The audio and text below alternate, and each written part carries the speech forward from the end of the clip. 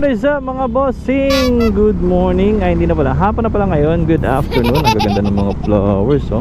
Ay oo nga pala, it's a Valentine's Day mga bossing. Ayan, lahat na ba ay nakapagbigay na ng regalo sa mga minamahal nila. Ang gaganda ng mga ano, ganda ng mga teddy bears oh. Tsaka mga flowers. Pabili nga, tingnan natin kung ano merong pwede mabilan ng flowers dito sa Las Piñas. So, tanongin natin dito.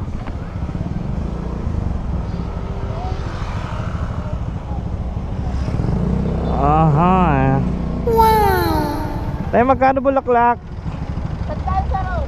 100 ang isa? Sa rose? Sa dito? 200. 200? Okay.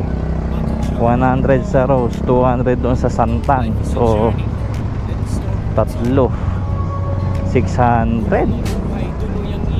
Hanap pa tayo iba. Tanong-tanong pa tayo dito.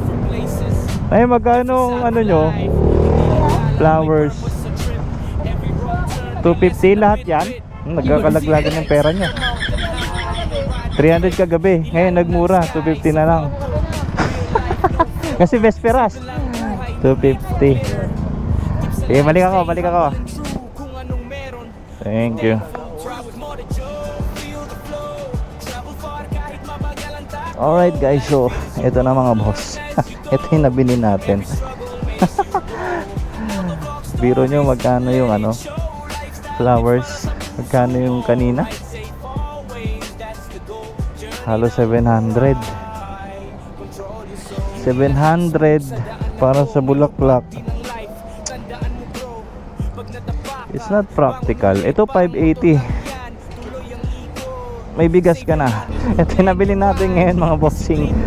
Bumili tayo ng 10 kilong bigas worth 580 versus kung bibili tayo ng bulaklak na magkano yon, 300 sa tatlo, 900 na rin, diba?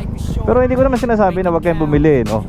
Siyempre kung may pera naman kayo, meron kayong pambili, kung pinaghandaan nyo talaga yan, okay lang sa mga girlfriend nyo, ganyan. Pero kung ikaw pamilyadong tao ka, tapos sasapat lang yung kinikita mo sa araw-araw, diba? Mag-isip ka at magdalawang isip ka. Siyempre pag-isipan mo din, mas importante pa rin na doon tayo sa practical.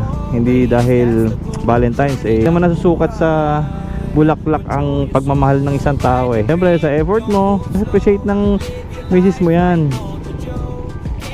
ng girlfriend mo or what. Kung walang-wala ka talaga, hindi mo kailangan mangutang. Mga bossing, just sharing. So yan lang. Rise if always mga bossing.